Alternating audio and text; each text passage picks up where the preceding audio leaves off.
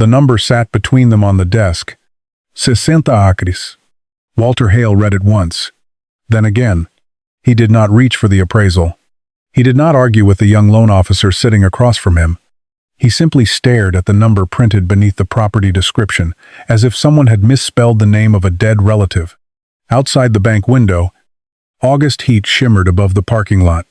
Walter's work shirt was still dark at the collar from the morning. There was dried soil in the seams of his boots. He had driven straight from the farm because the bank had called and said the appraisal was finished. He had expected bad news. Just not this.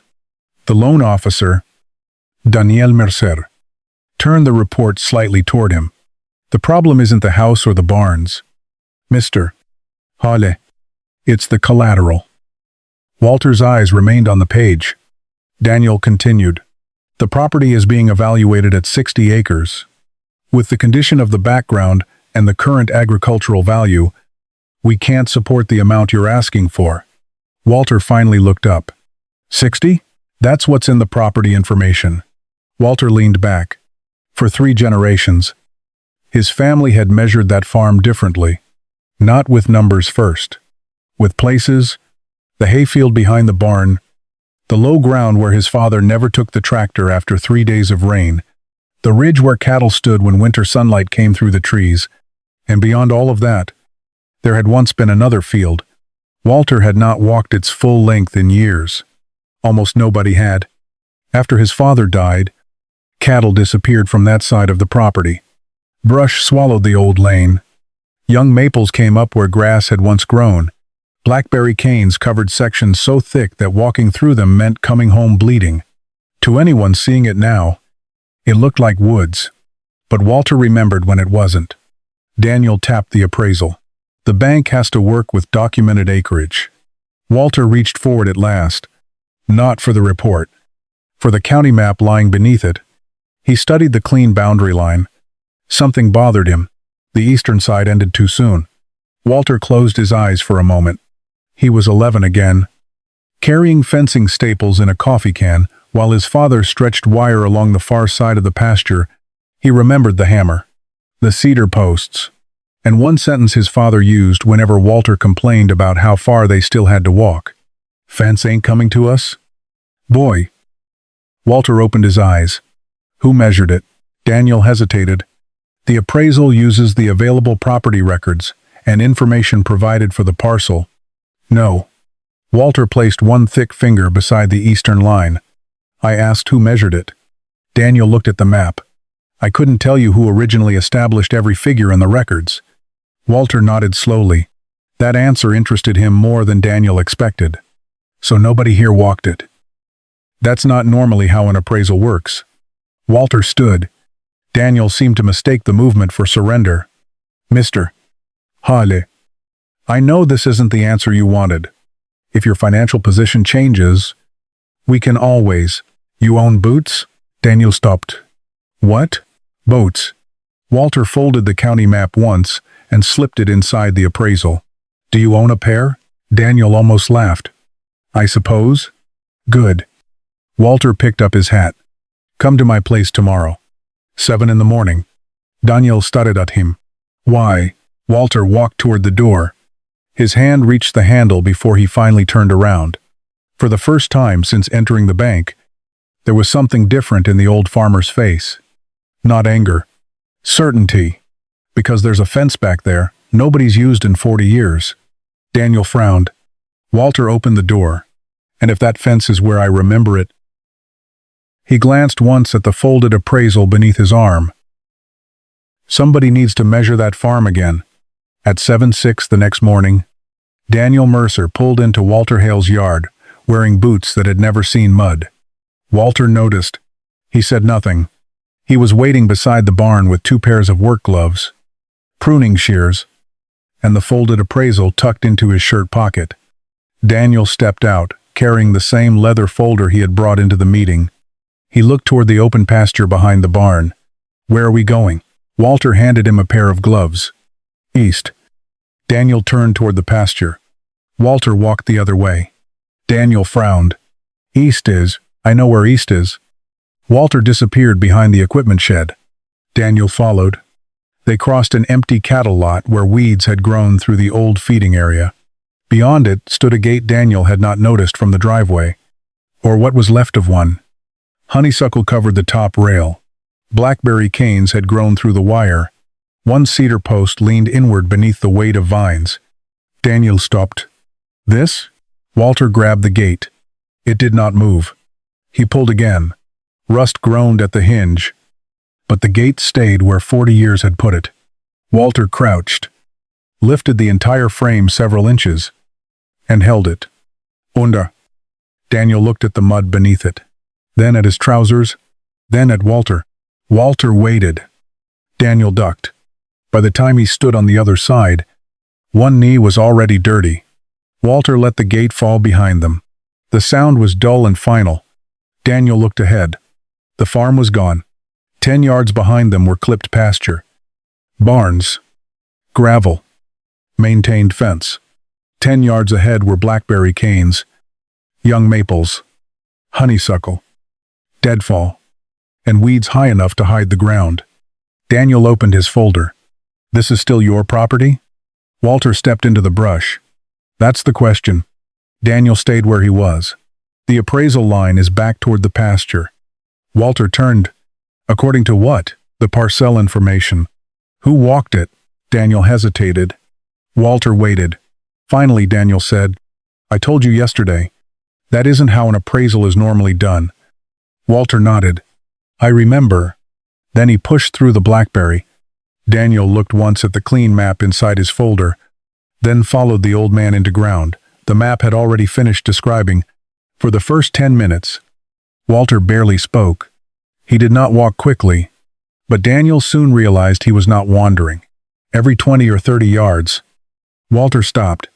Sometimes he studied the slope, sometimes the trees, sometimes nothing Daniel could see. Then he adjusted direction and continued. A thorn caught Daniel's sleeve. Another scraped across his wrist. A wet branch dragged over one shoulder. Within minutes, the shine had disappeared from his boots. Walter stopped beneath 2 young maples. He stared at the leaves covering the ground. Daniel caught up. What are you looking for? Something that used to be easier to see. Walter scraped the leaves aside with his boot. Nothing. He moved 5 yards farther. Scraped again. This time, a shallow depression appeared beneath the leaf litter. Daniel looked at it. A ditch? Walter stepped into it. The depression continued between the trees in an almost straight line. Lane. Daniel looked ahead. He could barely follow it 20 feet. That was a road, not a road. Walter started walking along the depression. Cattle lane. Daniel followed. When I was a boy, this stayed bare most of the year. Cows used it every day. Walter pointed with the pruning shears. My father brought salt through here. Feed in winter. Fence posts, when something broke. Daniel looked down again. Now that Walter had told him what to see, the ground changed. The depression was not random. 2 places were lower than the center. Old wheel ruts. Almost gone. Roots crossed them now. Leaves had filled them. Rain had softened their edges until 40 years of traffic had become little more than 2 shallow shadows beneath the trees. Daniel looked back toward the gate. He could no longer see it. That bothered him, not because Walter had proved anything. He hadn't. But because 5 minutes earlier Daniel would have walked across those depressions and called them nothing. They continued uphill. The brush thickened. Walter occasionally cut a blackberry cane but otherwise let the woods slow them. Then he stopped. A large oak stood ahead. Daniel waited for Walter to move. He didn't. Walter looked left, then right. He took 15 steps uphill. Stopped again. Something in his face had changed. Daniel noticed. What? Walter ignored him. He walked south. 20 yards. Nothing. Then north. Nothing. Daniel checked his phone. The blue dot sat comfortably inside the parcel boundary. Walter. No answer. You said you knew where the fence was? Walter looked uphill. I knew. Daniel waited. Walter corrected himself. I remember knowing. For the first time that morning, Daniel almost smiled. So you don't know. Walter looked around at 40 years of trees. No. The answer came without embarrassment. I know there was a fence. He pointed through the woods. I don't know exactly where 40 years put me in relation to it. Daniel lowered his phone. That answer unsettled him more than certainty would have, because Walter was not trying to win. He was trying to find out. Walter moved again. 10 yards. 20. The slope steepened. Blackberry canes formed a wall across what might once have been open ground. Walter raised the pruning shears. Kut. Step.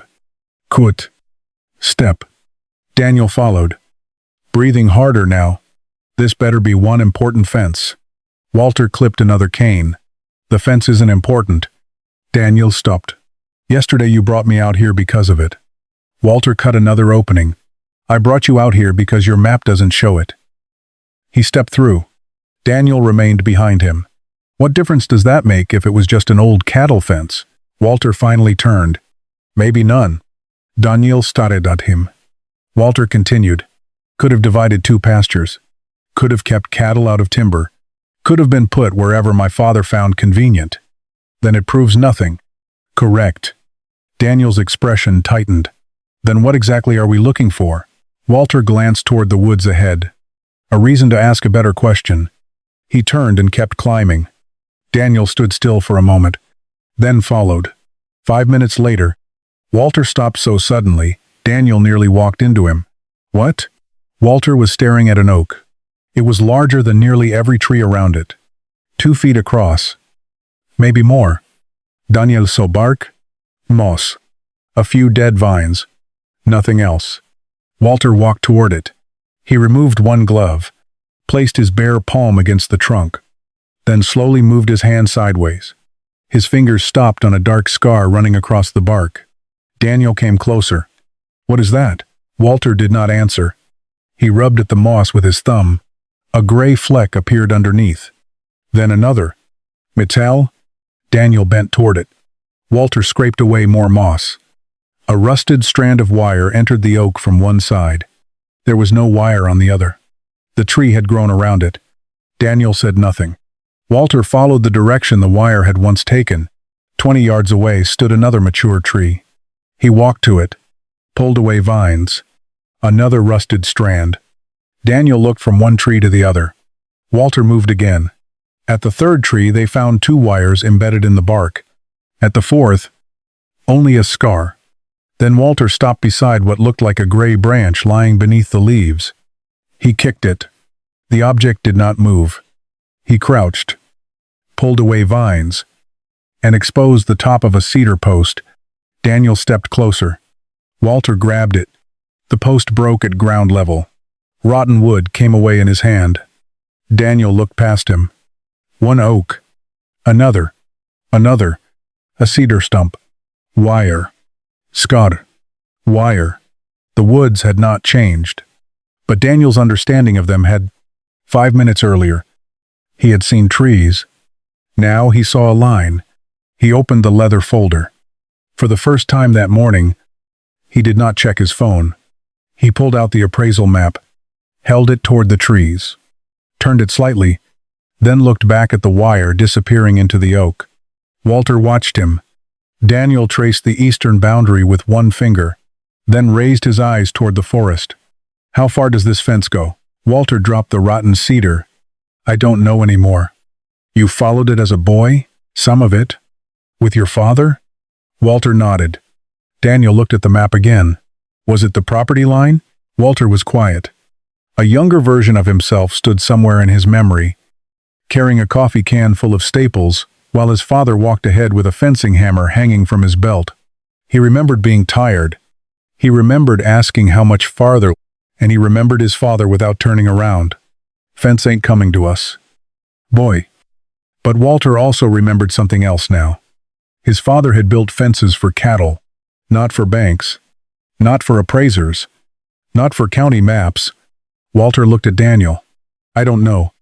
Daniel lowered the map. Walter pointed at the wire. That's why you're here. He stepped over the rusted strand. Daniel looked toward the trees ahead. Where are you going? Walter stopped. There had been a corner. Not here. Farther down, near something he had not thought about in years. He could almost see his father standing there, pulling wire tight, while water moved somewhere below them. Walter looked downhill. I remember where this line turned. Daniel glanced at the map.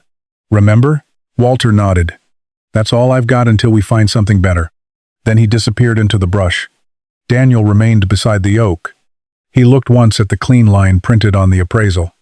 Then at the rusted wire buried inside living wood. One had been drawn recently. The other had been waiting there for 40 years. Neither one, Daniel realized, had answered the question yet. He folded the map and followed Walter deeper into the woods. The old fence did not follow the map. Daniel noticed it before Walter did. They had followed the rusted wire downhill for nearly 100 yards, using old oaks and cedar stumps to keep the line when the wire disappeared. Then Daniel stopped. Walter.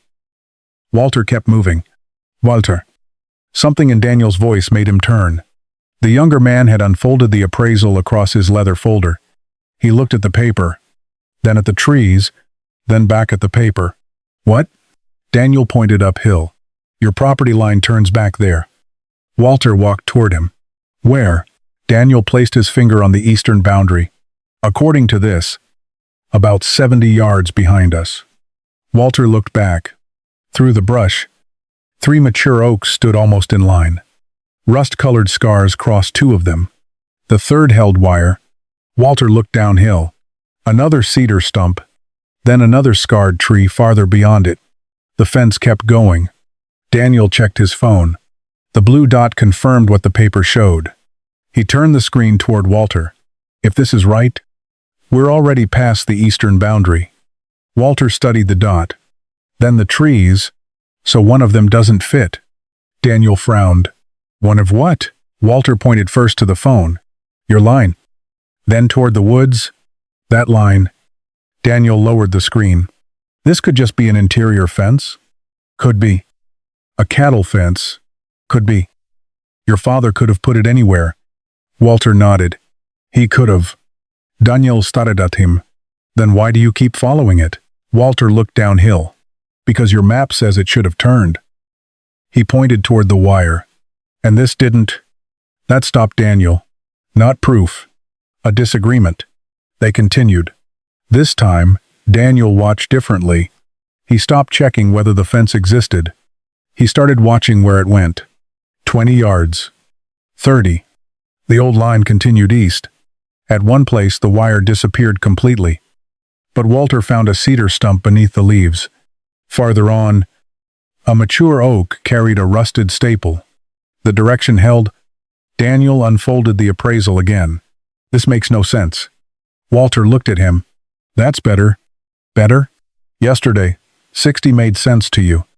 Daniel said nothing. Walter stepped over a fallen limb. Now it doesn't. They reached a larger oak on the slope. 3 strands of wire disappeared into its trunk. At the base, something rectangular showed beneath the leaves. Daniel crouched immediately. Boundary marker? Walter cleared the leaves. A flat stone emerged. He studied it, then stood. No. Daniel looked surprised. You don't know that. Exactly. Walter brushed dirt from his hands. It's a rock until somebody qualified says different. Daniel looked again at the appraisal. For the first time, he seemed less interested in defending it than understanding it. If the fence isn't the boundary, we've got nothing. Walter shook his head. We've got 2 things that don't agree. That isn't evidence you own more land? No. Walter pointed to the map. But it's evidence we shouldn't stop asking at 60. They continued downhill. The slope steepened. Then the fence vanished. No wire. No stump. No scar. Walter searched left. Nothing. Right. Nothing. Daniel waited. The old certainty disappeared from Walter's face. He closed his eyes. Not distance. Distance had already fooled him. Something else.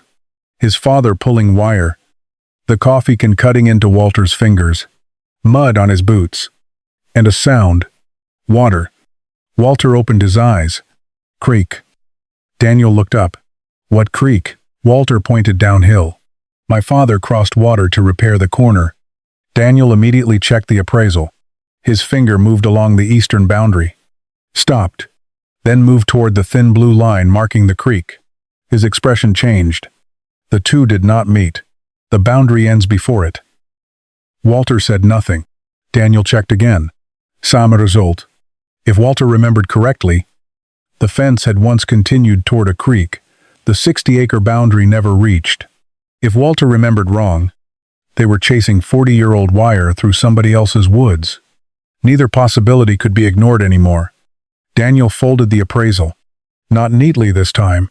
How far to the creek? Walter started downhill. Far enough to find out whether my memory deserves another question. Daniel looked once at the map in his hands, then toward the trees. For the first time since entering the woods, the printed line no longer looked like an answer. It looked like one version of the story. He followed Walter downhill. The creek was farther downhill than Walter remembered.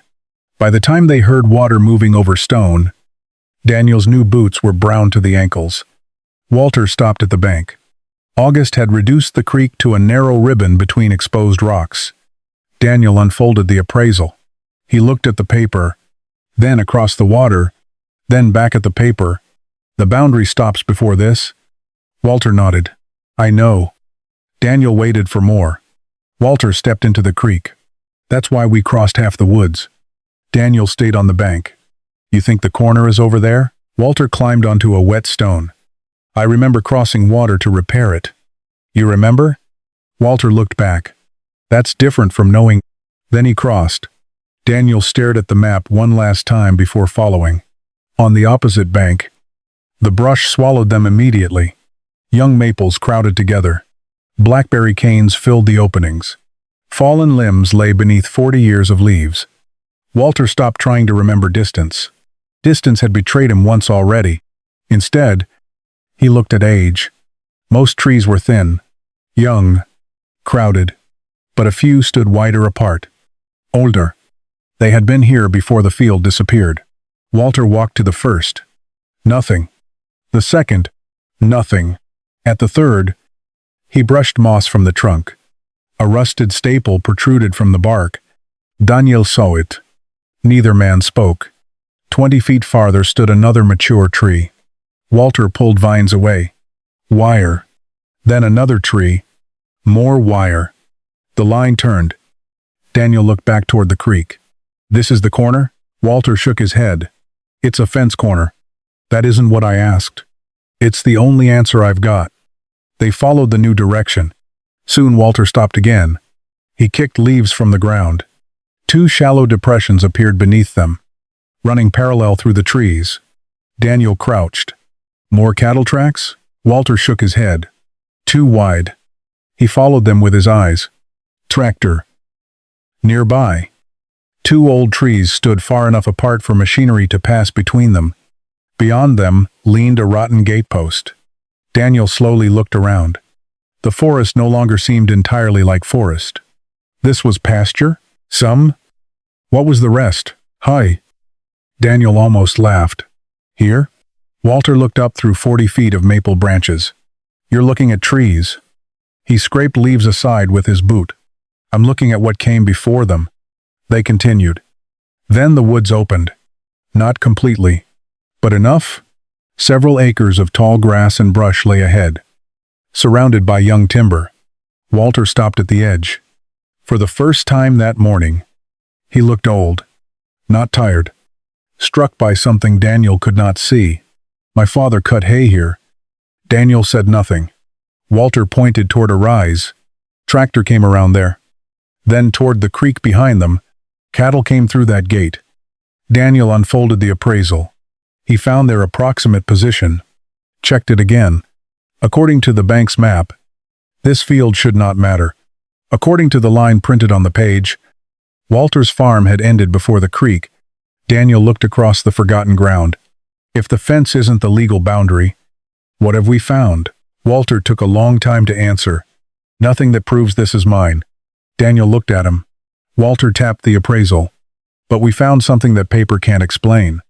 Wind moved through the grass. 40 years earlier, stopping the mower had been enough. Grass became weeds. Weeds sheltered brush. Brush protected saplings. Saplings became trees. The field had disappeared without moving an inch, and somewhere along the way, a number on paper had become easier to trust than the ground itself. Walter turned toward the creek. "Come on." Daniel frowned. "Back?" Walter nodded.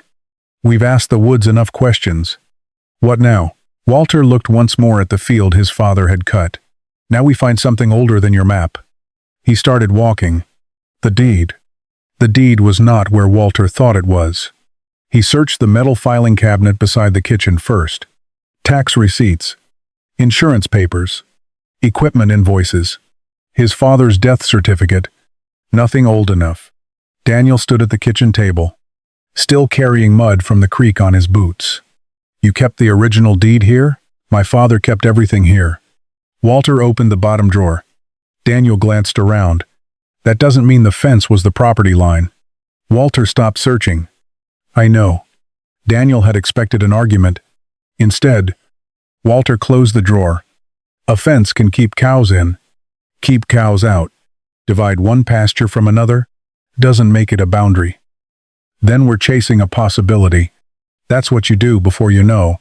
Walter went upstairs. He returned carrying a battered wooden box.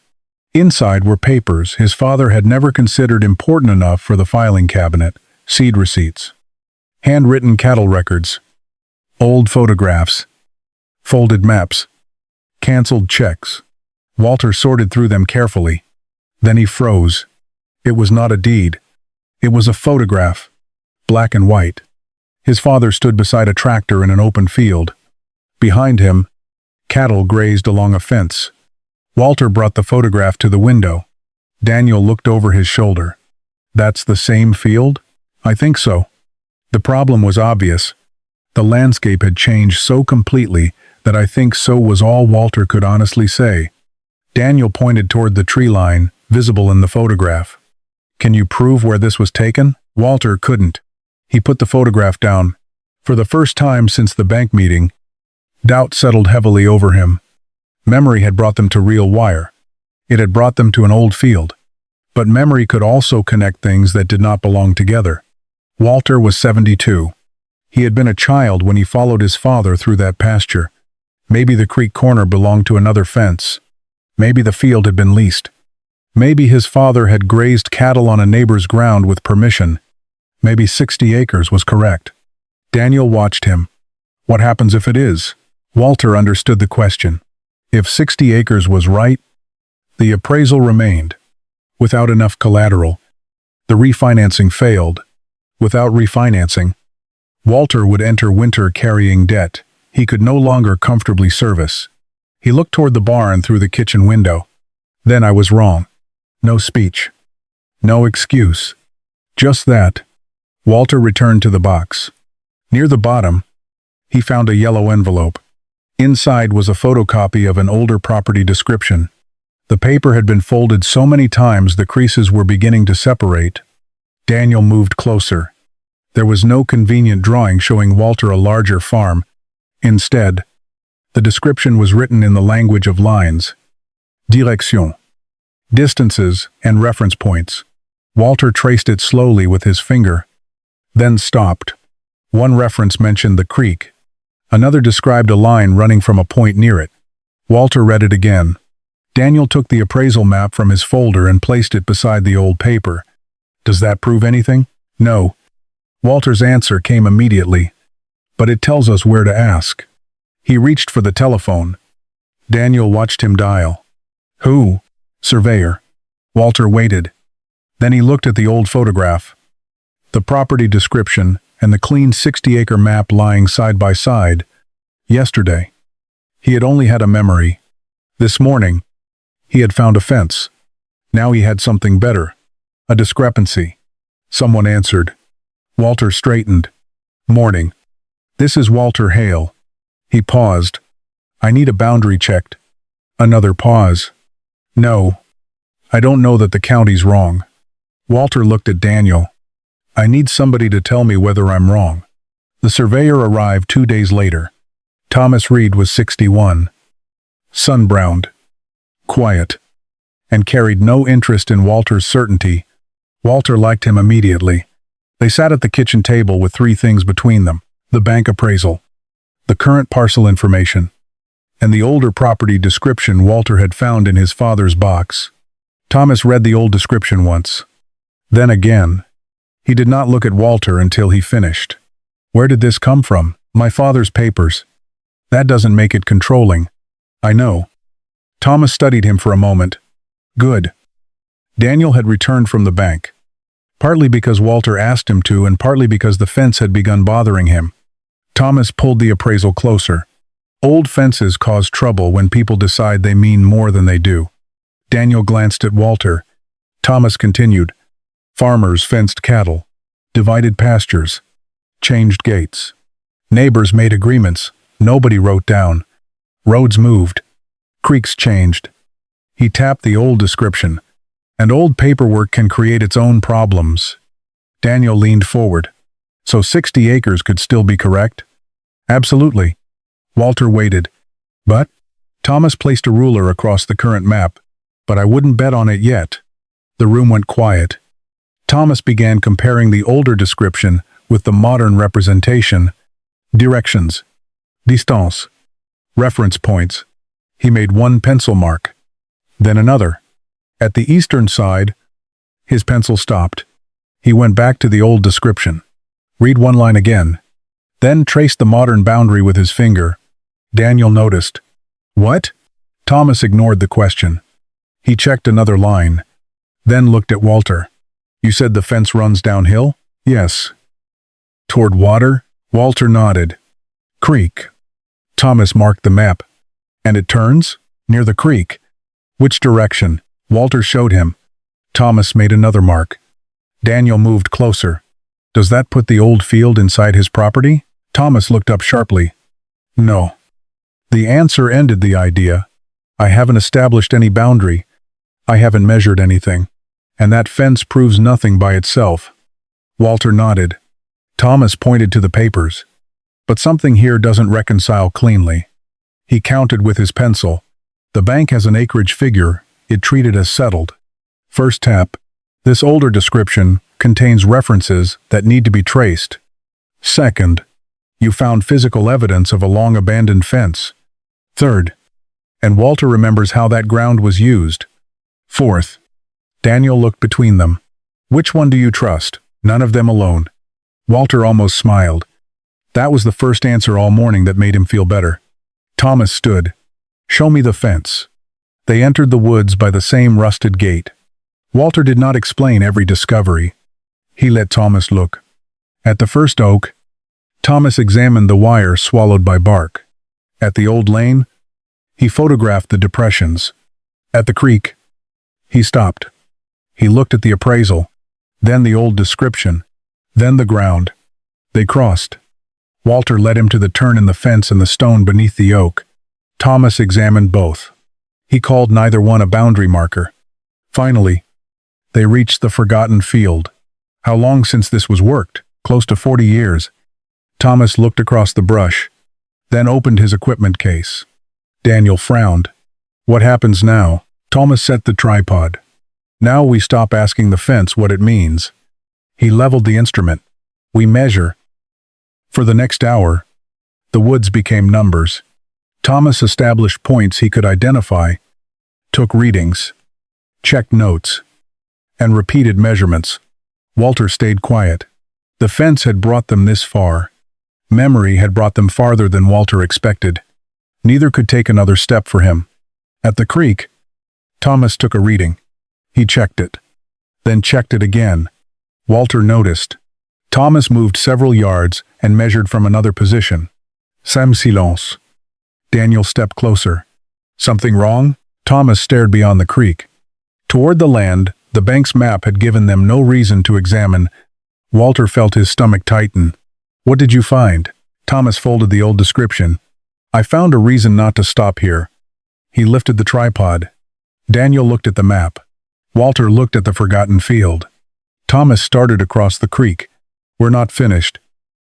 Thomas returned the next morning with an assistant, 2 equipment cases, and records Walter had never seen. This time, Nobody went to the fence. Thomas stopped near the road and drove a temporary stake into the ground. Walter frowned. The fence is back there. I know. Then why start here? Thomas set up the instrument. Because if I start where you think the answer is, I can spend all day finding reasons to agree with you. Walter considered that, then nodded.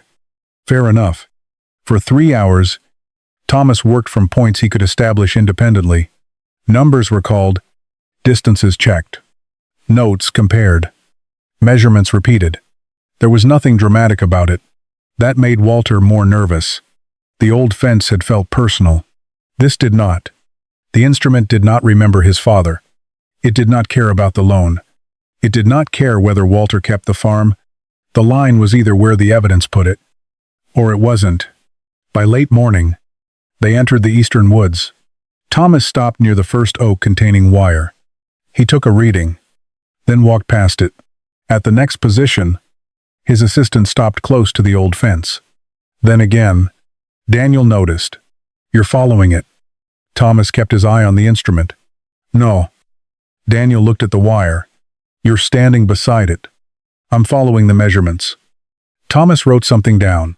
For now. The fence happens to be nearby. They continued downhill. Walter felt his confidence returning. Then Thomas turned south. Walter stopped. No. It went north here. Thomas checked his notes. The line I'm tracing doesn't. I remember this section. You might? Thomas pointed through the brush. But your memory doesn't get a vote. Walter's jaw tightened. For several minutes, nobody spoke. Then Thomas's assistant called from farther south. Wire. Walter pushed through the brush. There it was. Half buried beneath leaves. Another section of the old fence. Exactly where Walter had said it wasn't. He stared at it. 40 years had not erased his memory. But they had bent it. Daniel watched him. Walter gave a small nod. All right. And something changed after that. If Thomas was willing to prove Walter wrong, then Walter could trust him if the measurements proved something else right. They reached the creek shortly after noon. Thomas positioned the instrument on the near bank. His assistant crossed with the prism pole. Keep going, Thomas called. The assistant moved through the brush. Another 20. He continued. 10. Thomas watched. 5. Then raised his hand. Hold. Daniel unfolded the appraisal.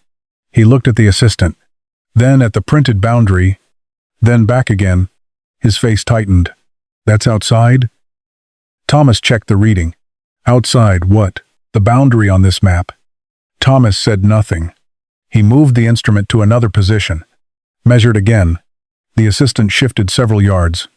Another reading. Thomas checked his notes, then repeated it. The result came back almost the same. Daniel stepped closer. That can't be right. Thomas finally looked at him. Which part? Daniel held up the appraisal. This. Thomas looked at the paper. Then toward his assistant standing beyond the creek. That document wasn't prepared to establish a boundary. Daniel lowered it slightly. Walter said nothing. Thomas continued working. The traced line moved toward the old fence corner. Not perfectly. At one point it ran several yards away. At another, the old wire disappeared entirely. There was no miracle line waiting in the woods. But there was a pattern. The independently measured course kept returning close enough to portions of the abandoned fence that Thomas stopped treating the coincidence casually. Near the creek, he lowered his notebook. The fence is not proving your boundary. Walter. I know. Thomas pointed uphill. But whoever built parts of it appears to have been working from a line that deserves serious attention. Daniel looked beyond the creek, toward the forgotten field. How much land are we talking about? Thomas closed his notebook. None yet? Daniel frowned. We're standing beyond the bank's line. You're standing beyond a line on an appraisal. Thomas lifted the tripod. I'm not giving you acreage until I can defend it. Walter looked across the water. 2 days ago, he had trusted a childhood memory. Yesterday, he had trusted rusted wire. Now neither mattered as much as what was happening in front of him. Measurements taken without Walter's help were crossing the creek. Toward the field, his father once cut for hay. Thomas handed a case to his assistant. One more section. Daniel looked at the map in his hands. How far? Thomas started across the creek. Far enough that I'd stop calling this a 60-acre farm until we finish. Walter followed. This time, Daniel folded the map before stepping into the water. Beyond the creek, the woods began to loosen. Young maples gave way to scattered cedar. Then sunlight reached the ground. Daniel stopped. Ahead lay the forgotten field.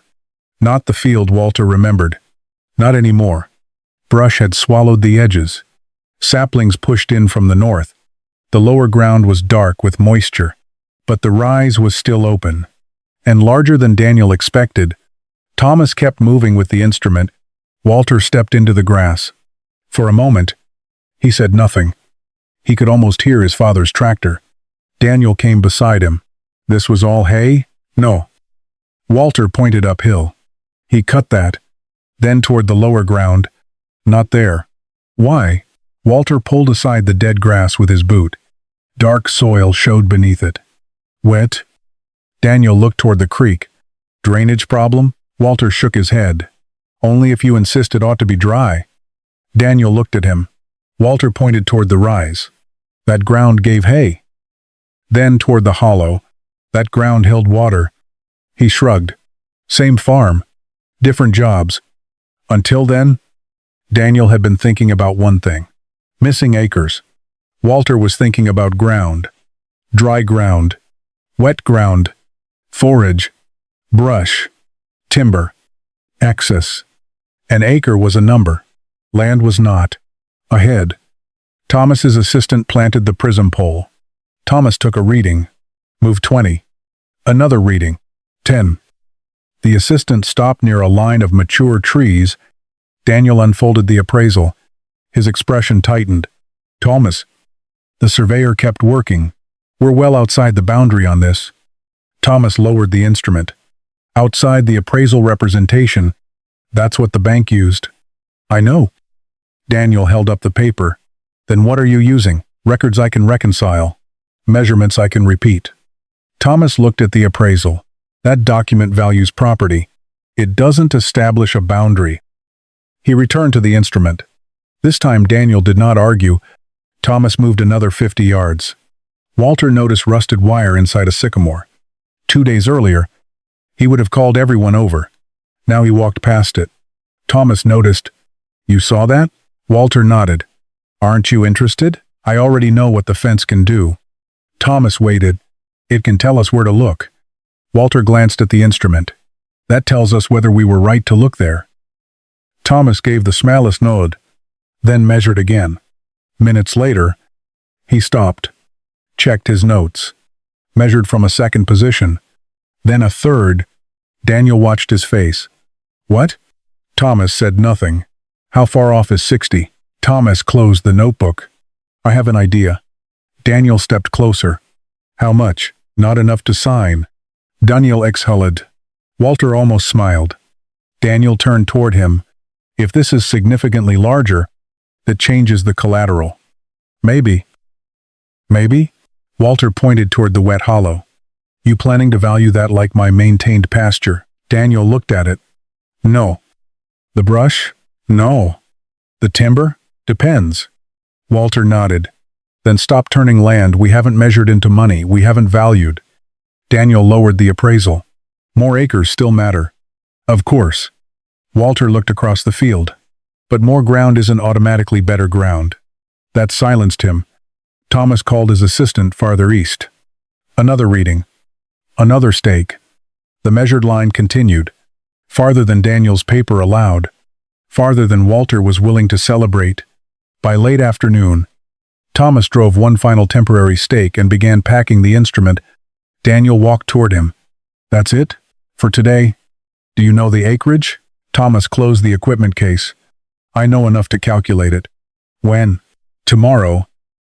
Daniel looked toward the field. You can't give us anything? Thomas faced him. You've spent 4 days trusting a number because somebody put it on paper. He lifted the case. I'm not replacing it with another number until I can defend mine. Nobody answered. Walter looked across the forgotten field. The fence had raised the question. The old description had kept it alive. Now the measurements had crossed the creek. Tomorrow, the question would finally become a number. Thomas started toward the woods. 3 o'clock. My office. Walter followed. Daniel remained for another moment, holding the 60-acre appraisal. Then he folded it, and for the first time all day, did not open it again. Thomas called at 3:17 the next afternoon. "I've finished enough to talk." Walter was in his truck before the call ended. Daniel arrived 10 minutes after him. Thomas had covered the drafting table with maps, field notes, property descriptions, and 2 drawings of the same farm. One Walter recognized immediately. The clean parcel representation used with the appraisal, the other was new. It showed measured lines, reference points, the creek, and a shape extending farther east than the bank's version. Walter stopped at the table. Daniel did too. Neither man spoke. Thomas pointed to the first map. "This is what the appraisal relied on." Then the second, "This is what I can support from the records and fieldwork." Daniel leaned closer. The difference was impossible to miss. The eastern line crossed the creek. Walter stared at it. "How much?" Thomas didn't answer. He picked up the old property description. "I want you to understand something first." Daniel exhaled. "Thomas?" "No." Thomas looked at both men. "You've spent 4 days wanting a number. You're going to understand what the number means before I give it to you." He pointed to the appraisal. 60 acres wasn't a field measurement. Then, to the older description, and this wasn't proof that Walter owned everything he remembered. His finger moved to the survey. The fence wasn't proof either. Walter nodded. Thomas continued. What mattered was that the records, the physical evidence, and the measurements gave us a discrepancy large enough that the 60-acre assumption could not survive. Daniel stared at the second drawing. "So how did it happen?" "I can tell you what the records show." Thomas traced the eastern side. At some point, the acreage being carried forward for that stopped matching the property description closely enough. Clerical error? Maybe. Bad map? Maybe. Thomas shook his head. "I'm not inventing a history the documents don't prove." Walter appreciated that. Thomas tapped the table. "What I can tell you is simpler." He looked at Walter. The land didn't move. Then at Daniel. The number did. The room went quiet. Thomas turned the second drawing toward them. Daniel found the creek. Then the forgotten field. Then the road. He compared it with the appraisal. His finger stopped. "This is a lot farther east." "Yes?" "How far?" Thomas opened a calculation sheet. Walter felt his pulse in his throat. This was the moment he had imagined since walking out of the bank. But now that it had arrived, he found himself looking at the creek instead of the acreage box. He remembered being 11. The coffee can. His father's hammer. The long walk home. Thomas placed his finger beside the final calculation. The surveyed tract contains approximately 84 acres. Daniel looked up. Walter didn't. 84? Thomas nodded. "Within the limits stated in my work. That's the acreage I can support." Daniel immediately reached for the appraisal. 24 acres. Thomas raised a hand. "Don't do that." Daniel stopped. "Do what?" "Turn 24 additional acres into 24 identical acres." Thomas pointed toward the survey. "Some is brush. Some is wet. Some has access problems. Some hasn't been actively managed in decades." Walter finally looked at him. "And some is usable." "Yes." "How much?" "That's an appraisal question." Thomas leaned back. "My job was to establish what land we were dealing with, not what every acre is worth." Daniel slowly sat down. The 60-acre appraisal lay open in front of him. For days, he had treated the number as the least interesting part of the file because it appeared settled. Now it was the one thing he could no longer defend. "We have to redo it." Thomas said nothing. Walter looked at Daniel. "The bank? The appraisal?" Daniel turned several pages. The collateral analysis was based on 60 acres. If the tract is 84, the property has to be evaluated again. Walter's face remained still. "That mean the loan goes through?" "No." Daniel answered quickly. and Walter respected him for it. It means the decision was made using incomplete property information. Walter nodded. That was enough. Thomas gathered several field sheets. Daniel continued staring at the survey. What I don't understand is how nobody caught this. Walter looked toward him. Why would they? Daniel frowned. Walter tapped the old appraisal. 60 looked official. No one answered. Because that was the uncomfortable part. Nothing about the number had looked suspicious until one old farmer remembered walking farther than the paperwork allowed. Thomas slid the survey toward Walter. Walter placed his hand on it but did not pick it up. His eyes moved to the eastern line. It followed close to portions of the forgotten fence. Not exactly. In one place, the fence drifted away. In another, it crossed the measured line. The survey had not proved Walter's memory perfect. It had proved something better. His memory had been useful enough to question a bad assumption. Daniel pointed to the old fence marked in Thomas's notes. So the fence really did show the boundary. Thomas looked at him. No. Daniel hesitated. Thomas tapped the survey. The measurements showed the boundary. Then he pointed to the fence. That showed us where a question had survived for 40 years. Walter finally picked up the survey. 84 acres. The number should have felt like a victory. Instead, it felt like responsibility. 24 acres had not appeared overnight. They had always been there, holding water, growing brush, swallowing fence wire, waiting behind a creek nobody had bothered to cross. Daniel closed the old appraisal. I'll order a second appraisal tomorrow. Walter put on his hat. Thomas looked at him. You don't seem surprised. Walter glanced at the survey. I am. Then what are you thinking? Walter looked through the office window toward the hills beyond town. My father knew how far that walk was. He folded the survey once, then stopped himself and opened it again. For the first time in 4 days, Daniel smiled. Walter carried it flat. The old number had been 60. Tomorrow, the bank would have to decide what 84 actually meant. The second appraiser arrived 3 days later. This time, Walter did not meet him at the kitchen table. He met him at the gate. Daniel came from the bank, carrying Thomas Reed's survey in a hard folder. The appraiser, Robert Ellis, studied the open pasture first, then the barn, then the woods beyond it. 84 acres? That's what the survey supports. Daniel said.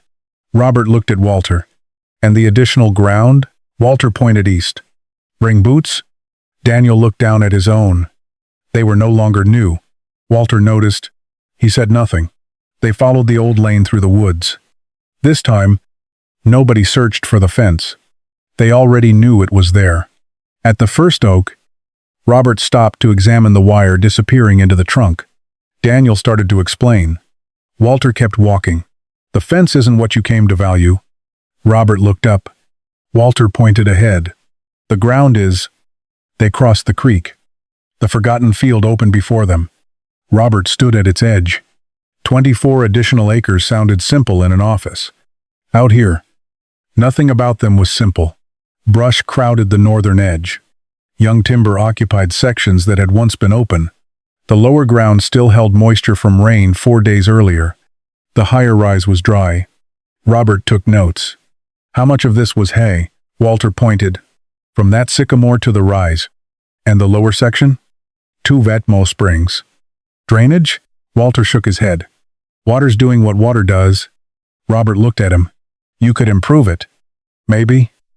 Walter walked into the grass. But I wouldn't start by deciding the land is wrong. Daniel glanced at him. Walter pointed toward the wet depression. That ground holds water? Then toward the higher slope. That ground dries first. Then to the young trees. And those trees have been growing 40 years because nobody gave them a reason not to. Robert wrote again. What would you do with it? Walter took his time. That question mattered more to him than what the acreage was worth. I don't know yet. Robert stopped writing.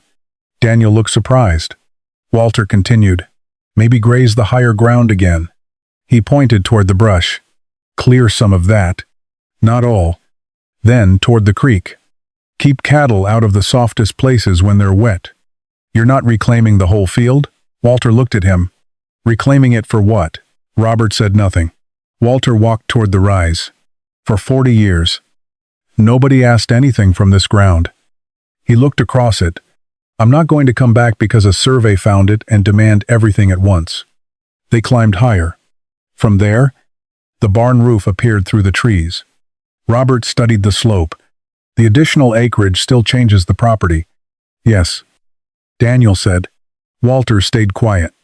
Robert looked at the survey. Some of it contributes less than the maintained pasture.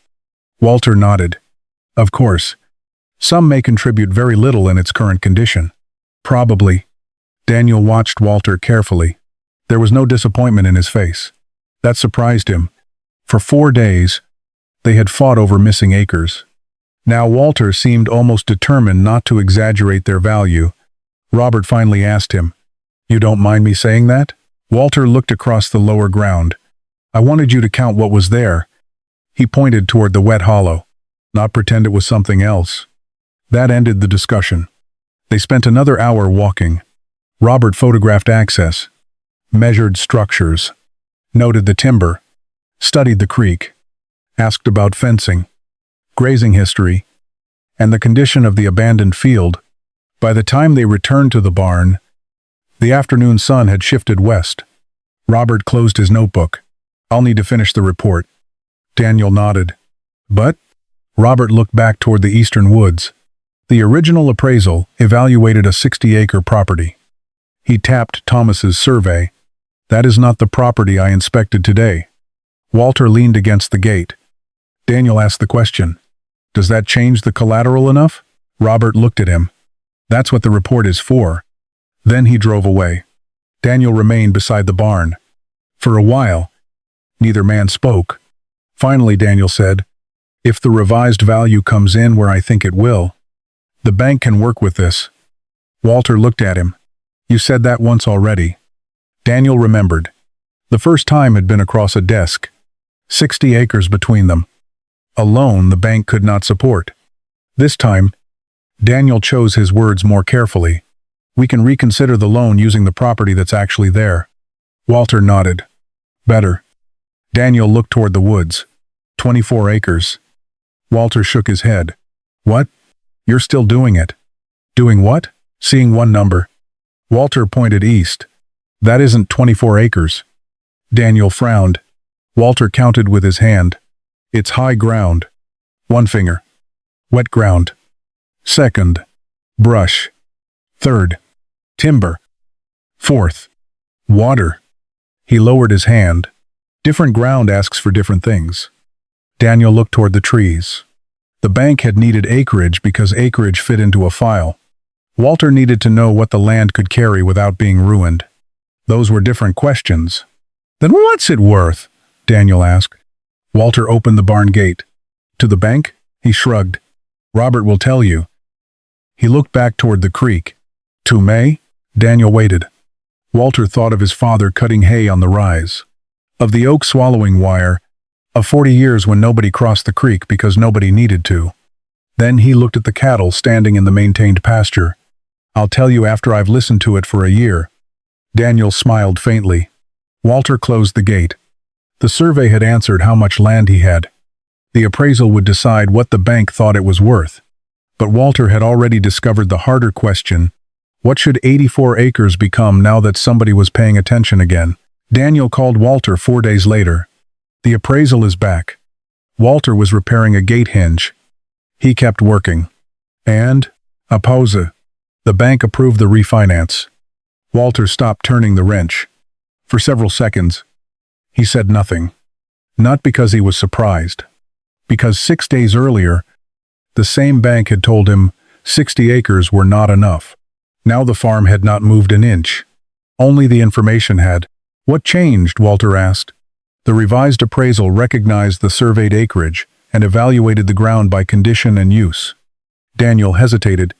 "It supports the collateral we need." Walter looked toward the eastern woods. "All right." Daniel almost laughed. "That's it? What else you want me to say?" "I don't know. I thought you'd be happier." Walter tightened the hinge. "I am." He tested the gate. "It just took a lot of walking to get here." Walter signed the papers the following morning. Daniel sat across from him at the same desk where the 60-acre appraisal had first been placed between them. This time, Thomas Reed's survey lay beside the loan documents. 84 acres. Daniel glanced at the number. I owe you an apology. Walter looked up. For what? I treated 60 acres like it was a fact. It was the number you had. I never asked where it came from. Walter capped the pen. That was the problem. Daniel waited. Walter tapped the survey. Paper isn't the problem. Then he pointed toward the window. Problem is, forgetting paper is supposed to describe something real. Daniel nodded slowly. If you hadn't remembered that fence, Walter shook his head. The fence didn't prove anything. I know. It could have been cattle fence. Could have been wrong. Parts of it were wrong. Daniel looked at the survey. But it made you question the acreage. Walter nodded. It asked the right question. That distinction mattered. The fence had not defeated the bank. Walter's memory had not defeated the map. Thomas had not proved an old farmer right, simply because he was old. Each thing had done one job. Memory had raised the doubt. The fence had preserved physical evidence. The old description had given them something to investigate. The survey had established the line. The second appraisal had established value. And only then had the bank changed its decision. Daniel closed the loan file. What are you going to do with the extra 24 acres? Walter looked toward him. First thing? Yeah. Nothing. Daniel smiled. I should have expected that. Walter stood. I spent 40 years not paying attention to that ground. He put on his hat. I can give it one season before pretending I know what it needs. Outside, Daniel walked with him to the truck. His boots were still in the office. But Walter remembered what they had looked like after the creek. Brown. Scratched. Finally useful. Daniel stopped beside the truck. You know what bothers me? What? If that fence hadn't still been there, nobody would have questioned 60. Walter opened the door. Maybe. He looked east. Toward woods, neither man could see from the bank. But the fence wasn't the only thing remembering. Daniel frowned. Walter thought of the creek. The old lane. The wet hollow. The mature trees, standing in line's younger forest, had tried to hide. Then he climbed into the truck. A good farm keeps records in more places than a filing cabinet. Daniel watched him drive away. Back inside the bank. The old 60-acre appraisal remained in the file. Nobody destroyed it. Nobody needed to. It had lost its authority for a simpler reason. Someone had finally checked the land it claimed to describe. By October, cattle were back beyond the creek. Not many. Walter started with 12. He wanted to see what the ground could carry before asking more of it. The high section of the abandoned field had been opened gradually.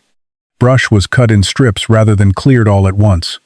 Walter repaired access through the old lane and installed new fencing where Thomas's survey said it belonged. The lower ground remained untouched. On cold mornings, mist collected there, while the ridge above it stayed clear. Daniel noticed that the first time he returned, he had come without paperwork. No appraisal. No loan folder. Just an old jacket and boots that finally looked like they belonged outside. They walked the new fence together. Near the eastern woods, Daniel stopped. One section made no sense. The new fence ran straight for nearly 200 yards, then shifted several feet around an old oak before continuing. Daniel pointed. You made the whole line crooked for one tree? Walter kept walking. Yep. Why? Walter stopped beside the oak. The old wire was still there. 3 rusted strands entered one side of the trunk and disappeared beneath decades of bark. Daniel touched one. You could have cut this out. No. Why not? Walter looked up into the branches. Because his father had touched that wire. Because Walter had once stood somewhere nearby holding a coffee can filled with staples. Because 40 years of rain, bark, neglect, and paperwork had covered almost everything else. But Walter didn't say any of that. Instead, he pointed toward the new fence. That one's for cattle. Then he touched the old wire. That one's for remembering. Daniel understood. They continued toward the field. The cattle were grazing the higher grass. Walter had divided the usable ground so he could move them rather than leave them continuously in one area. He wasn't trying to force every forgotten acre back into its old purpose. Some sections might become pasture again. Others might remain woodland.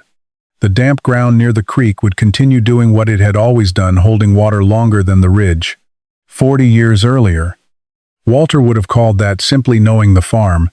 Now he understood how easily such knowledge disappeared when nobody remained to explain why things had been done a certain way. A fence could look abandoned because nobody knew why it was there. A wet hollow could look useless because nobody remembered why it had never been plowed. A line of mature trees could look accidental because nobody had seen the pasture that existed before them. And a number could look certain because nobody remembered who first wrote it down. They reached the ridge. From there, Walter could see the barn. The distance no longer felt strange. The farm had become connected in his mind again. Daniel looked across it. Funny. What? First time I came here, I was trying to figure out how much this land was worth. Walter waited. I'm not sure that was the right question. Walter smiled. It's a bank. That's your question. Daniel laughed. What's yours? Walter watched one of the cows move toward fresh grass. He thought for a moment, what does the land need from me before I'm gone? Daniel didn't answer. There wasn't much to add. They walked back toward the creek. At the old oak, Walter stopped once more. He had replaced almost everything else that no longer worked. Broken gates, rotten posts, collapsed wire. But that section remained. Not because the old fence had been perfectly accurate. It hadn't. Not because it had legally established the boundary. It hadn't done that either. Its importance was simpler. When every modern document Walter was shown said 60 acres, the fence had preserved enough of the past to make him ask whether 60 was true. The answer had required records, measurements, a surveyor, an appraisal, evidence. The old knowledge had not defeated the modern system. It had forced the modern system to look again. Walter rested one hand against the oak. His father had built a fence there to keep cattle where they belonged. 40 years later, the cattle were back. But the old wire had completed a different job. It had kept one question from disappearing. Daniel started toward the barn. Walter remained another moment. Then he followed. Behind him, the oak stood quietly at the edge of the field, carrying 3 strands of rusted wire inside living wood. The bank had remembered what was written. Walter had remembered what had happened. And somewhere between those two things, they had finally found the farm